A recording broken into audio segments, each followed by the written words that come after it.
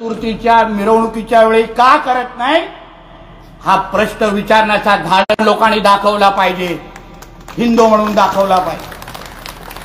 नुसतं आम्ही विचारून नाही, मला या देशामध्ये राहणाऱ्या राष्ट्रभक्त मुसलमानांना पण विचारायचं आहे। हो, मी राष्ट्रभक्त मुसलमान म्हणतो, जो या देशाला आपला देश मानतो, जो आमच्या बरोबर या तिरंग्याला सलाम ठोकतो, जो आमच्या बरोबर भारत माता की जय आणि वंदे मातरम म्हणतो, तो हा राष्ट्रभक्त मुसलमान हा आमचा आहे आणि हे अभिमानाने आम्ही बोलतो। त्या राष्ट्रभक्त मुसलमानाला मला विचारायचं आहे, तुम्हाला तरी पटलं का विसर्जनाच्या मिरवणुकीवर दगडी मारणं? तुम्हाला चाललं का? ए गप्प बस रे बाबा, ए गप्प बस ना, तू जरा उभा राहा इथे, माझाच आहे ना, शांत बस। का विचारत नाही त्या लोकांना? सगळ्याच गोष्टी काय आम्हीच पालन करायचं का? मी तुम्हाला कुठल्याही राष्ट्रभक्त मुसलमानाबद्दल बोलतो, त्या लोकांनाही पटलं नाही अशा पद्धतीने विसर्जनावर दगडी मारणं। अहो, भिवंडीमध्ये काय घडलं? मी जेव्हा अहिल्यानगरमध्ये हिंदू सकल मोर्चाच्या संदर्भात आमच्या परमपूज्य रामगिरी महाराजांच्या बाबतीमध्ये बोलत असताना मी जेव्हा मस्जिद हा शब्द काढला, काय यांच्या सगळ्या ढुंगणाखाली आग लागले हो, काय मिरच्या लागल्या ह्यांच्या सगळ्यांमध्ये। हमारे मस्जिद के बारे में कैसा बात किया, हम नीतीश राणे को देख लेंगे, अरे वो 1.5 फुटिया हमका क्या करेगा। अरे तुम्ही अगर 1.5 फुटिया बिट्या म्हणत असाल तर तुमच्या त्या अफजल खाननी 7 फूट होऊन काय उपटली आमच्या महाराजांची हे तरी सांगा। 7 फूट होताना तुझा त्या अफजल काय होता, अर्धा कोथळा काढला माझ्या महाराजांनी आणि बाजूला टाकून दिला। तुम्ही काय मोजता आमच्या उंची? या तरी कधीतरी मैदानात परत शुक्रवारी ढुंगण वरती करू शकत नाही, एवढे हालत करून तुम्हाला लोकांना परत पाठवेन। उगाच आमच्या नादी लागायचं नाही। तुम्हाला तुमच्या मस्जिदीबद्दल बोलल्यावर तुम्हाला एवढं झोंबलं, तर काल भिवंडीमध्ये काय झालं? कालची गणेश चतुर्थीची मिरवणूक जात असताना भिवंडीमध्ये हिंदुस्तान मस्जिद म्हणून तिथे एक मस्जिद आहे, त्या मस्जिदीच्या समोरून आपली मिरवणूक जात होती गणेश चतुर्थीची। तिथून मस्जिदीच्या इकडून आपल्या मिरवणुकीवर चपला आणि दगडा मारली गेली, आपल्या मूर्तींवर दगड आणि चप्पल मारली गेली। आता चालतं का हे मस्जिदीतून या गोष्टी करणं? या गोष्टीची मान्यता आहे का तुमच्या इस्लाममध्ये? अरे आम्ही नुसतं काय बोललो, तुमचा धर्म ज्या मस्जिदीमधून चालतो त्याच्यातून अगर कोण चुकीचं हे जिहादी डोक्याचे कार्टे अगर तुमच्या मस्जिदीचा गैरवापर करत असतील, त्या मस्जिदीतून अगर हत्यार ठेवत असतील, तर त्या मस्जिदीचा गैरवापर या मुसलमान धर्मातल्या विचारवंत कधी थांबवणार हा प्रश्न मला त्या निमित्ताने तुम्हाला विचारायचा आहे। काय झालं आमच्या विशालगडच्या काळात? विशालगडचं जेव्हा आंदोलन झालं, गेले असतील म्हणजे हिंदुत्वाचे असंख्य कार्यकर्ते इकडून विचारात ना, तेव्हा दगड आणि हत्यार कुठून घेऊन आले? तेव्हा दगड आणि हत्यार हे मस्जिदीतून बाहेर घेऊन आले। विचारा त्या लोकांना खरं आहे काय खोटं आहे? मग तुम्ही तुमची अगर मस्ती बंद करत नसाल, तुम्ही अगर आमचे मिरवणुकाच्या वेळी दगड आणि चप्पल फिरकवत असाल, आमच्या गणेश चतुर्थीच्या निमित्ताने आमच्या गणेशच्या देवताच्या मूर्तीवर अगर दगड मारत असाल, तर आम्ही काय तुमची काय ही वर्षाची शेवटची ईद आली का रे? परत ईद येणार नाही तेव्हा तुमच्याकडे चप्पल आणि दगड मारणार नाही, ह्याची पण तुम्ही जरा काळजी घ्या। नाहीतर तुम्ही अगर मोहम्मद पैगंबराला अगर तुम्ही मानत असाल, मोहम्मद पैगंबर अगर तुमच्यासाठी सर्वस्व असेल, तर आमचे गणपती बाप्पा पण आम्हाला त्याच पैगंबरापेक्षा मोठे आहेत, लक्षात ठेवा। आमचे प्रभू रामचंद्र पण आम्हाला त्याच पैगंबरांपेक्षा मोठे आहेत, आमचे स्वामी समर्थ पण आम्हाला त्याच पैगंबरांपेक्षा मोठे आहेत, एक लक्षात ठेवा। आणि अगर आमच्या देवी देवतांकडे तुम्ही वाकड्या नजरेने बघाल, तर आम्ही पण नाही सोडणार कोणाला. आम्हाला काय तो जिभेवर काय हाड नाही, एक लक्षात ठेवा. आम्हाला पण आमच्या थोबडं उघडायला येतात आणि मग थोबड उघडल्यानंतर हे असे हिरवे सापासारखे वळवळ करू नका बाहेर येऊन. हा, एक तर एका बापाची आत काय हे आम्हाला लोकांना माहित नाही. हा, तुम्हाला कोणाला तुमच्या आब्बाचं नाव विचारलं हे दुसऱ्याकडे बघा, तुझा तेरा क्या मेरा. तुम्हाला काय एकाचं नाव माहित नाही. आम्ही तरी एकाच आडनाव लिहितो. तुला कुठला बाप कितव्या वेळेस तुम्ही मोजता हे तुम्हाला लोकांना माहित नाही आणि आमच्याशा नजरेसमोर येतात. आमच्या नजरेसमोर येतात. कशाला सहन करायचं हिंदू म्हणून एक तुम्ही विचारतो मी तुम्हाला. असाल तुम्ही कुठल्या तरी नोकरी करत, असाल पत्रकार, असाल पोलीस खात्यामध्ये, असाल कुठले आमदार आणि खासदार, सर्वात पहिलं तुम्ही हिंदू आहात एक लक्षात ठेवून या पहिल्या समाजामध्ये वावरायला शिका. आज अगर आपल्या धर्माकडे वाकड्या नजरांनी बघणाऱ्या या भडव्यांना अगर आपण थांबवलं नाही तर बांधवांनो उद्या आपण आपल्या हिंदू राष्ट्रामध्ये आपले सण पण साजरा करू शकणार नाही. आज या लोकांना मिरच्या लागतात. आमच्या गणेश चतुर्थीच्या मिरवणुका निघाल्या तर ह्यांना मिरच्या लागतात. आमच्या हनुमान जयंतीच्या मिरच्या निघाल्या तर, आणि यांच्या ईद मोहरमच्या निवडणुका पाहिजे तेवढ्या निघायच्या. आमचे पोलीस खात्यातले संबंधित अधिकारी आम्हाला रूट बदलायला लावतात. नको तिथून जरा गणेश चतुर्थीची मिरवणूक नको, जरा तिथून मस्जिद आहे का. त्या लोकांना कधी सांगत नाही ते तुमची ईदची मिरवणूक तिथे घेऊन जाऊ नका, तिथे समोर मंदिर आहे का सांगण्याची हिंमत ठेवत नाही. हा दरारा हिंदू समाजाने तयार केला पाहिजे. ही भीती तयार केली पाहिजे. नुसता निषाद सभा घेत बसायचं असेल तर उद्या त्या ज्ञानेश्वर महाराज सारखा भडवा त्याला काय वाटते. एक तर मी तुम्हाला सांगतो ना, आपल्या वीर सावरकरांनी अतिशय एक सुंदर सांगून ठेवलेलं आहे. क्रांतीवीर वीर सावरकर म्हणतात की हिंदूंना मुसलमानांकडून भीती नाही, हिंदूंना हिंदूंकडूनच भीती आहे. हे असे कार्टे आणि भडवे आपल्या धर्मावर सोडलेले आहेत. कुठल्या तरी आमच्या छत्रपती संभाजी राजांच्या नावाने कुठल्या तरी ते ब्रिगेड सुरू केलेलं आहे. अरे भडव्यांनो, पहिले संभाजी राजांना तरी ओळखा, त्यांचे विचार समजून घ्या आणि मग त्यांच्या नावाने संघटना चालवा. आणि नंतर हे असे येऊन तुमच्या समोर भाषण करतात. फार मोठे नेते बसलेले हो जे आपल्या स्टेजवर जाणते राजे. त्याच्यानंतर गेले 32 वर्षानंतर लालबागच्या इथे पाय पडायला आमच्या गणपतीकडे माथा टेकवायला गेले. पण एका तोंडाने सांगता आलं नाही, ए महाराज तुझा थोबाड बंद कर, नाही तर तुला इथून जायला देणार नाही. ह्याचमुळे हिंदूंना त्रास होतो. तुम्हाला सांग, ह्याचमुळे त्रास होतो. त्या महाराजला कळलं पाहिजे. तुम्हाला फक्त एक प्रश्न विचारतो, हे चुकून अगर त्यांनी मोहम्मद पैगंबराबद्दल असं काहीतरी घाणेरडं बोलला असता, आतापर्यंत त्या ज्ञानेश्वर महाराजची अंतयात्रा निघाली असती. अंतयात्रा. आणि आपला काय निघताय निषेध मोर्चा, घोषणा द्यायचंय. ज्ञानेश्वर महाराजचं काय करायचं. मंदिरात जात असताना, देवाकडून आशीर्वाद मागत असताना, आपण ज्या देवाकडे पाहतो, ज्या देवामुळे आपल्या आयुष्यामध्ये आपल्याला प्रत्येक इच्छा आपली पूर्ण होते, त्या देवी देवाला वक्तव्य करणाऱ्या लोकांना आपण अगर आपल्या हिंदू राष्ट्रामध्ये जगायला देत असू तर हिंदू म्हणून तुम्ही स्वतःचं नाव लावायचं पहिलं बंद करा. हा भगवा डोक्यावर ठेवायचा पहिला बंद करा. कारण का हा कडवटपणा जोपर्यंत तुमच्यामध्ये येत नाही, हा कट्टरपणा तुमच्यामध्ये जोपर्यंत येत नाही ना, तोपर्यंत असेच महाराज सारखे 100 भडवे तयार होणार. काही तुम्ही थांबू शकणार नाही, काही थांबू शकणार नाही. अहो चुकून तरी पाकिस्तानमध्ये असं सांगितलं असतं ना, त्याचे तुकडे तुकडे काढून रस्त्यावर टाकून दिले असते.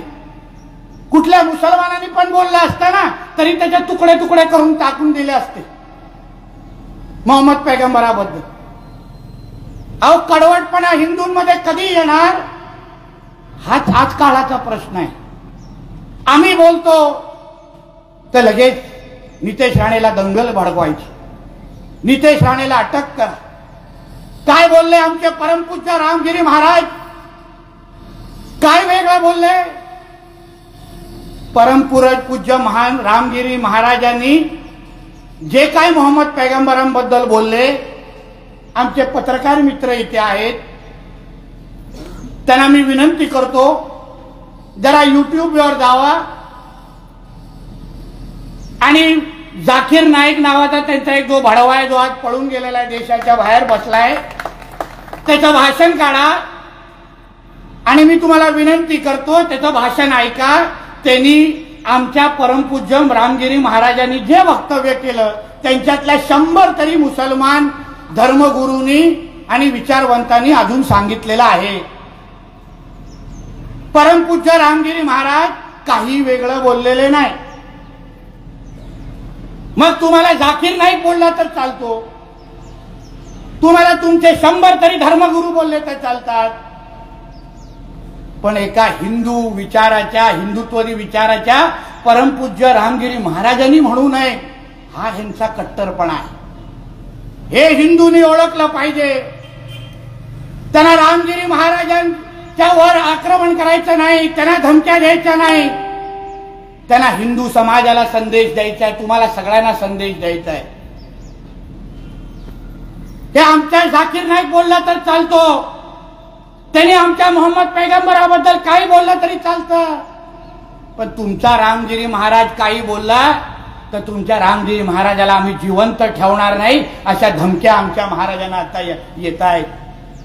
नुसतं रामगिरी महाराजांना धमक्या येत नाहीयेत, त्यांचं नुसतं कोणी स्टेटस तरी मोबाईलच्या व्हॉट्सअपवर ठेवलं तर त्या मुलांना घरात घुसून मारण्याचे 100 तरी प्रकार आमच्या पोलिसांकडे आलेले असतील महाराष्ट्रात.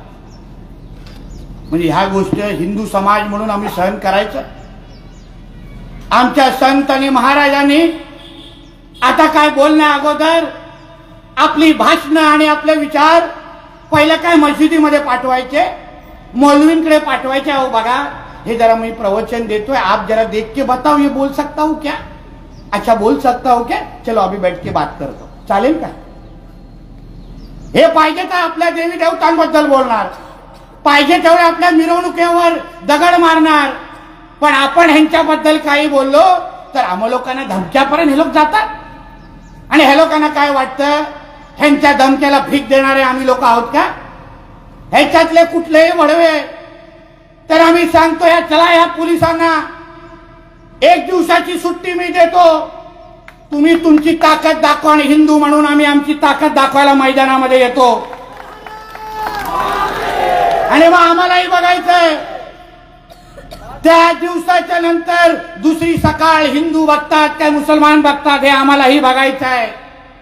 उगाच आमच्या देशामध्ये वातावरण खराब करू नका. तुमच्यातले जे जिहादी आहेत, जे ह्या राष्ट्राच्या विरोधी अतिरेकी कारवाया करतात, जे तुमच्या मशिदीमध्ये हत्यारं ठेवतात, त्या जिहाद्यांना पहिला आवरा. त्या जिहाद्यांच्या वर आम्ही बोलतोय, आणि तुम्हाला त्या जिहाद्यांना आवरायला जमत नसेल ना तर 1 दिवस शुक्रवारी सुट्टी घ्या, त्या लोकांना साफ करून देण्याची जबाबदारी आमच्या लोकांची असेल. आम्हाला माहिती आहे ते कुठे कुठे बसतात, कुठे कुठे ढुंगणवरती करतात, आम्हाला सगळ्यांना माहिती आहे. नाही सोडणार एकाला पण, होऊन दे आमच्या रामगिरी महाराजांना काही. कोणी त्या लोकांना एक दगड की एक तरी त्यांच्या केसाला धक्का लागला ना, तुमच्या शरीरावर एक केस ठेवणार नाही. आजच्या निमित्ताने तुम्हाला शब्द देऊन जा, एक केस ठेवणार नाही. मग काय करायचं ते करा, शेवटी आमच्या धर्माचा विषय आलेला आहे. काय पाहिजे ते तुम्ही बोलाल, आणि आम्ही हिंदू समाज म्हणून काहीच करणार नाही. हिंदू समाजाने पण थोडा विचार केला पाहिजे. अहो कशाला सहन करतोय, किती सहन करतोय? त्यांच्या ईदचे मिरवणुका 0 दगडफेक, आमचे 11 जागे दगडफेक. वा, हा कडवटपणा आपल्यामध्ये कशाला कधी येणार आहे? कधी आपण त्याला संदेश देणार आहे की आमच्या धर्माकडे वाकड्या नजरेने पाहाल तर आम्ही तुमच्या डोळे ठिकाणावर ठेवणार नाही? हा संदेश देण्याची गरज आहे बांधवानो, हा संदेश देण्याची गरज आहे. नाहीतर असंच आपण एक दिवस चालत राहिलो तर उद्या आपल्या माता भगिनींना रस्त्यावर चालणं पण शक्य होणार नाही. लव जिहादच्या निमित्ताने आपल्या माता भगिनींना फसवलं जातं, वाकड्या नजरेने पाहिलं जातं. आणि आपण फक्त पोलीस स्टेशनमध्ये जाऊन पोलिसांनी काहीतरी करावं एवढेच अपेक्षामध्ये आपण असतो. पोलिसांनी कायद्याने त्याला काहीतरी तक्रार करून त्याला नीट करावं एवढं, तोपर्यंत तो आपल्या भगिनींचं आयुष्य खराब करून मोकळा होतो. मी तुम्हाला एक सांगतो, हे सगळे पोलीस कायदे विधे करा, पोलीस आपल्या जागे काय करायचे ते कारवाई करतील, त्यांचा विषय नाही. पण हिंदू समाज म्हणून पुढच्या वेळी एक पण अगर लव जिहादची केस तुमच्या कानावर आली, पहिलं त्याला शोधा, त्याच्या तंगड्या काढा, मला फोन करा, काही होणार नाही, ही जबाबदारी माझी. त्या बडव्यांना ताप आला पाहिजे, विचार केला पाहिजे की नाही, मी कुठलाही हिंदू माता भगिनींकडे मी वाकड्या नजरेने बघणार नाही. पोलिसांकडे हेलो नंतर घेऊन जातील, पहिला माझ्या तंगडा काढून माझ्या हातात देतील, ही भीती पहिला या जिहाद्यांमध्ये पहिला निर्माण करा, तरच आपल्याबद्दल कोणतरी विचार करेल. नाहीतर चाललाय आपला एक एक धर्म, चाललाय एक एक दिवस, काढतोय आपण एक एक निषेध सभा, काढतोय आपले मोर्चे, आणि ते लोक करतायत आपल्या आपल्या एकेकाच्या विरोधात काय ना काहीतरी नाटकं, आणि आपण काहीच करणार नाही. म्हणून या निमित्ताने तुम्हाला सांगतो, किती सहन करायचं, ही सहनशीलतेचा पण कुठे ना कुठेतरी अंत असतो. त्या महाराव सारख्या बडव्याला का हिंमत आली? कारण त्याला माहिती आहे, मी एवढं बोलल्यानंतर पण मी या भारत देशामध्ये मला कुठला हिंदू काही करणार नाही. हे जे काय करतील ते मंदिरापर्यंत करतील, पुढे मला काय करणार नाही, हा आत्मविश्वास त्या महाराव सारख्या माणसामध्ये आहे. म्हणून तो आता ह्या गोष्टी बोलण्याची हिंमत करतो. म्हणून त्याच्या व्यासपीठावर बसणारे जाणते राजे त्याला काय करत नाहीत. तुम्ही हिंदू म्हणून ह्याबद्दल विचार करायला, तुम्हाला कळलं पाहिजे की अशा पद्धतीच्या प्रवृत्तींना जोपर्यंत तुम्ही थांबवत नाही, तोपर्यंत अशाच पद्धतीचे हल्ले तुमच्या बरोबर होत राहणार. आमच्यासारखे लोक काही बोलले तर आमच्यावर धमक्या होत आहेत, आमच्यावर FIR होत आहेत. मला आश्चर्य वाटतं, मी त्या दिवशी उलव्याला होतो. आता उलव्यामध्ये बांगलादेशी आणि जिहादी येऊन त्या सेक्टरमध्ये आपल्या हिंदूंचे व्यापार बाहेर घेऊन जात आहे. मी तिकडच्या हिंदू समाजाला फक्त एवढं बोललो, तुम्ही एक फक्त काम करा, या जिहाद्यांचा कमर तुम्हाला अगर तोडायचा असेल तर पहिल्या ह्यांच्या बरोबर व्यापार बंद करा, व्यापार बंद करा. आता दिवाळी आणि नवरात्र येत आहे ना, बोलले आमच्या महाराज बरोबर, विकत घ्यायचंय तर कुठल्या तरी भाई, आपल्या हक्काच्या भाईकडून घ्या, भाईजानकडून घेऊ नका, एवढं लक्षात ठेवून बाजारपेठामध्ये फिरा. कारण का खिशात आलेला पैसा तो फक्त जिहादसाठीच वापरणार आहे, लक्षात घ्या. लँड जिहाद असो, लव जिहाद असो, हे सगळे ज्या गोष्टी होतात हे तुम्ही खिशात टाकलेल्या पैशामुळे होतात. तुम्ही जोपर्यंत ह्यांच्या आर्थिक नाड्या ह्यांच्या तोडत नाही तोपर्यंत हे लोक जिहाद करायचं बंद करणार नाही. बांधवांनो, लक्षात घ्या, जिहादकडून जेवढी आर्थिक रसद पुरवली जाते ते सगळे पैसे हे हिंदूंच्या खिशातून येत आहेत. हे आपण लक्षात घेऊन बाजारपेठामध्ये व्यवहार आणि खरेदी विक्री करण्यासाठी गेलं पाहिजे. हे ज्या दिवशी हिंदू म्हणून तुम्ही करायला सुरुवात कराल तेव्हा तुम्हाला कळेल हे कसे कसे हळूहळू आवडत चाललेलं आहे. हे पाहिजे तेवढा बोंगे वाजवणार, पाहिजे तेवढा आपले डीजे वाजवणार, फक्त हिंदूंचे काही मिरवणुका निघाल्या तर ह्यांच्या मिरच्या लागायला सुरुवात कर. अहो काय कडवटपणा आहे यांचा. खरंच ह्या लोकांचं कधी कधी कौतुक करायसारखं वाटतं. तुम्ही सांगा, या 2019च्या निवडणुकीमध्ये लोकसभेच्या एक पश्चिम बंगालचं तुम्हाला उदाहरण देतो. पश्चिम बंगाल, तिथे काँग्रेसचा एक फार मोठा नेता लोकसभेची निवडणूक लढवत होता. अधीररंजन चौधरी नावाचा विरोधी पक्ष नेता पण होता तो आपल्या लोकसभेत. तो ज्या मतदारसंघामध्ये निवडणूक लढवत होता त्या मतदारसंघामध्ये तो 5 ते 6 वेळा निवडून आलेला आहे. 5 ते 6 वेळा. यावेळी 2019ला तो जेव्हा निवडणूक लढवायला गेला त्याच्या विरोधात एक नौखा नावाचा युसुफ पठाण, मला वाटतं तो क्रिकेटर आहे, युसुफ पठाण येऊन त्याच्या विरोधात उभा आहे.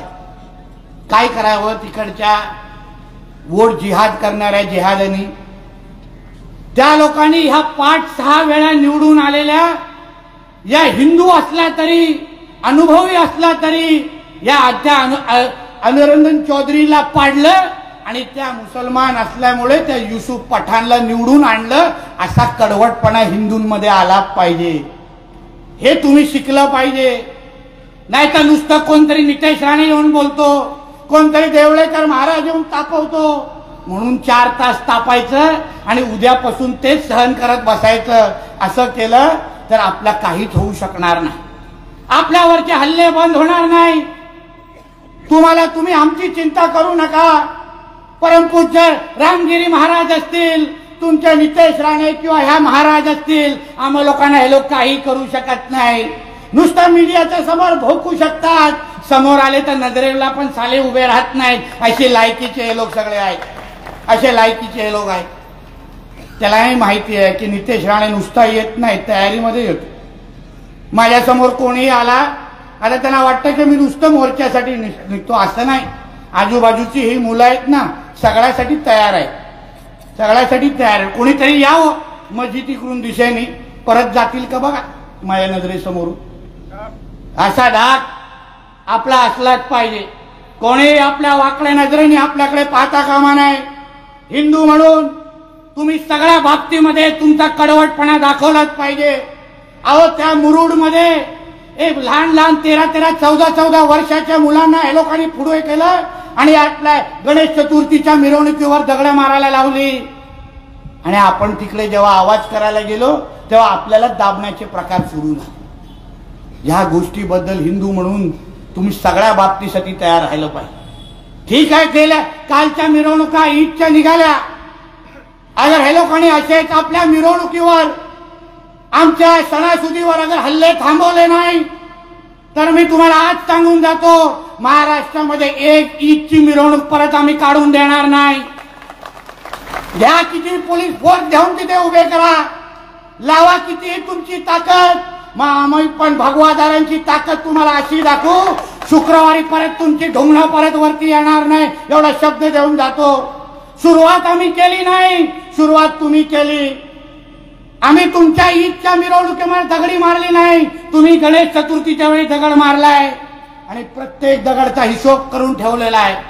प्रत्येक दगडावर नाव लिहून ठेवलाय, हा दगड अब्दुलचा आहे, हा दगड सलीमचा आहे. त्या दगड मारण्याच्या वेळी त्याच्या डोक्यावरच बसणार, त्याची तुम्ही चिंता करू नका. मग बोलू नका तुमच्या मोहम्मद पैगरांच्या नावाने बोंबलत बसू नका. मग ते पण येणार नाही वाचवण्यासाठी. मग अब्बा आणि आम्ही पण येणार नाही वाचवण्यासाठी. जेव्हा ढोंगणावर वस्त्रे फिरतील तेव्हा नाटकं आमच्या इथे नको. हे आमचं हिंदू राष्ट्र आहे, हे महाराष्ट्र आहे, छत्रपती शिवरायांचा महाराष्ट्र आहे, हा हिंदू हृदय सम्राट बाळासाहेब ठाकरेंचा महाराष्ट्र आहे. हे पहिलं लक्षात ठेवा. आणि आमच्या वाकड्यामध्ये तुम्ही ज्या दिवशी जाल तेव्हा हा असा शेवटचा निषेध मोर्चा निघेल. सामूहिक तुमच्या अंत्यसंस्काराचे मोर्चे काढायला लावेल, लक्षात ठेवा. उगाच ह्या वारंवार मिळालेल्या ज्या धमक्या आहेत, जे वारंवार जे आम्हाला इशारे दिले जात आहेत, तुमची हे हिरव्यांची वळवळ, या जिहाद्यांची वळवळ, या राष्ट्रभक्त मुसलमानांनी थांबून दाखवली पाहिजे.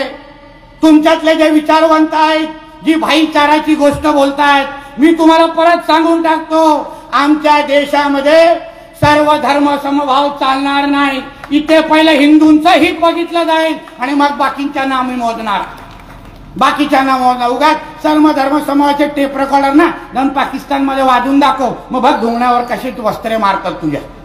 आमच्याकडे वळवळ करू नका. नुसतं काय गंगा जमुनीत कसले गंगा जमुना, रोज पितो ते हाजी अली सेंटरवर, काय होत नाही त्याच्यामध्ये, रसच नसतो त्याच्यामध्ये मोठं.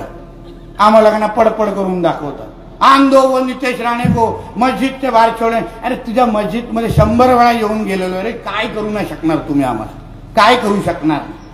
तुमची वळवळ किती आहे ना, आम्हाला चांगल्या पद्धतीने माहिती.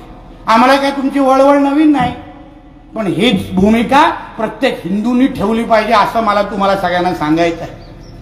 नाहीतर अशाच आमच्या स्वामी समर्थांवर कोण ना कोणतरी महाराज उठून काही ना काहीतरी बोलेल. असंच प्रभू रामचंद्रावर कोण ना कोणतरी एका हिंदूच्या तोंडाने बोलायला लावेल. आणि असंच अगर तुम्ही ऐकण्याची सवय लावत बसलात, प्रत्येक हिंदूने जसं अन्य गोष्टीचा तुम्ही हिशोब करता, तसंच सुरक्षा बजेट पण ह्यावेळी प्रत्येक हिंदूंनी दसऱ्याच्या वेळी हिंदू कुटुंबियांनी त्याचं नियोजन करायला पाहिजे. बसा कुटुंबियाबरोबर, बाकी सगळ्याचा बजेट जसा तुम्ही करता, हे लोकांना वाटतं की 2019 नंतर जास्त वळवळ केली तर आम्ही सगळेजण सहन करत बसणार. कदाचित हे लोक 93च्या नंतरच्या दंगली कदाचित थोडं विसरले असतील. हिंदू जेव्हा जेव्हा एकत्र आलाय तेव्हा तेव्हा अयोध्यामध्ये राम मंदिर उभं राहिलं, एक तुम्ही लक्षात ठेवा. हिंदू जेव्हा जेव्हा एकत्र आलाय तेव्हा बाबरी मस्जिद पाडून राम मंदिरासारखे असंख्य मंदिरं उभं राहिलेली आहेत. हिंदू जेव्हा जेव्हा एकत्र आलाय तेव्हा 2014च्या सारखा एक हिंदुत्वादी विचाराचा प्रधानमंत्री या देशाला मिळालेला आहे. हिंदू जेव्हा जेव्हा एकत्र आलाय तेव्हा 370 साला कायदा आपण रद्द करून दाखवलेला आहे. म्हणून हिंदूने एकत्र येणं हे आपल्या धर्मासाठी गरजेचं समजून दिवस रात्र एकत्र आलं पाहिजे. तुम्ही एकत्र आज अगर आला नाही तर समोर आलेलं आव्हान पहिलं नजरेसमोर बघा. ते लोक आपल्या मिरवणुकीवर आज चपला मारायला लागलेले आहेत.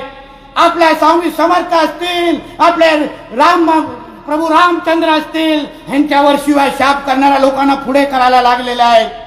अहो विशालगडावर काय झालं? अहो आज आपल्या छत्रपती शिवरायांचा इतिहास, ज्वलंत इतिहास त्या विशालगडावर पाहिल्यानंतर आज जिथे आपलं रक्त सळसळत आहे तिथे या हिरव्या सापांनी आपली वस्त्या वाढवणं सुरू केलेल्या आहेत. आज हिंदू म्हणून तुम्ही अगर एकत्र आला नाहीत, जागृत राहिला नाहीत, कडवट आणि कट्टर बनला नाहीत तर तुमचं जगणंही मुश्किल होऊन जाईल. बांधवांनो, एवढंच सांगण्यासाठी आज मी तुमच्याकडे आलेलो आहे. आज एक नितेश राणे, एक आमचे परमपूज्य रामगिरी महाराज अगर त्यांना भारी पडू शकतात, तुम्ही विचार करा एवढे मोठ्या संख्येने अगर हिंदू जमले तर ह्या लोकांना देशामध्ये राहण्याची तरी जागा असेल का? राहण्याची तरी जागा असेल तरी आहे 10-12%, जास्त नाही. आपण 89% आहे. थोडा हिमतीने थोडा अगर बाहेर आलो ना तर ढेकण्यासारखे बाजूला होऊन जातील, नजरेला पण दिसणार नाही. आपण एवढेशेच आहेत, एवढेशे. म्हणून ह्या निमित्ताने आपण सगळेजण एक हिंदू म्हणून एक निश्चय करा, एक शपथ घ्या. बस झाले हे सगळे निषेध सभा, बस झाले हे सगळे मोर्चे. पुढच्या वेळी माझ्या हिंदू धर्मावर कोणी वाकड्या नजरेने पाहिलं तर हिंदू म्हणून त्याची मान ठिकाण्यावर मी ठेवणार नाही. ही शपथ घेऊन पहिले इथून तुम्ही सगळेजण निघाला पाहिजे. काय बघू आम्ही कायदा काय करायचंय. आम्ही सरकारमध्ये बसलो, हिंदुत्वादी विचाराचं सरकार आहे, काही चिंता करू नका. आपण काय कोणाच्या अंगावर पहिला गेलेलो नाही. आम्ही काय पहिल्या कोणाच्या मिरवणुकीवर दगड मारली नाही. आता आपल्या गणेश चतुर्थीचा हिशोब आपल्याला पुढच्या वेळी मोहरम आणि ईदच्या मिरवणुकीवर तो हिशोब चुकता करायचाच आहे. ही शपथ घेऊन पहिले इकडून निघा. त्यांच्यामध्ये पण भीती वाटली पाहिजे. हे बाबा ढंग से निकल वरना वो भगवादारी आएगा और मेरे सर पे पत्थर मार के चला जाएगा. ही भीती त्यांच्यामध्ये निर्माण झाली पाहिजे. म्हणून ह्या सगळ्याबद्दल तुमच्याशी बोलावं, थोडं तुम्हाला जागृत करावं, थोडं तुम्हाला उठायला सांगावं. कारण का अगर हिंदू म्हणून तुम्ही अगर जागलात नाही तर बांधवांनो, भगिनीनो आणि तरुण मित्रांनो, आपण नुसतं एवढेच राहून जाऊ. तुम्हाला सांग नाही राहणार आपण जास्त या देशामध्ये. तुम्ही हिंदू म्हणून तुमचा कडवटपणा दाखवणं, वाढवणं हे तेवढंच गरजेचं आहे. उद्या आपल्या 32 शिराळ्याचा हिंदू हा जागृत आहे आणि त्याच्याकडे आलेलं प्रत्येक आव्हान हा त्याच सूत समेत परत पाठवतो असा संदेश त्या जिहाद्यांकडे गेलाच पाहिजे. ती शपथ घेऊन पहिले इथून सगळेजण निघा. आम्ही तुम्हाला विश्वास देतो, त्या जिहाद्यांना तुम्ही अंगावर घ्या. तुम्हाला सुखरूप घरी पोहोचवण्याची जबाबदारी ही आमच्या सगळ्यांची असेल. हा शब्द तुम्हाला इथे मी देऊन जातो. तुम्ही कुठलीही चिंता करू नका. हा हिंदू राष्ट्र आहे आणि या हिंदू राष्ट्रामध्ये इथे भगवा झेंडाच फडकणार. हा शपथ घेऊन आज मी तुमच्या समोर, आज जे तुम्ही एवढ्या मोठ्या प्रमाणामध्ये इथे आलात, तुमच्या सगळ्यांचे मी आभार मानतो. आणि इथे जात असताना माझ्या प्रत्येक हिंदूने जे मी बोलतो त्याच्या मागे जोरदार ही घोषणा देऊन त्यांच्या बोंग्यापर्यंत हा संदेश गेला पाहिजे की 32 शिराळ्याचा हिंदू माझा जागृत आहे. बोलायचा जय श्रीराम, जय जय श्रीराम, श्री श्री स्वामी समर्थ, हर हर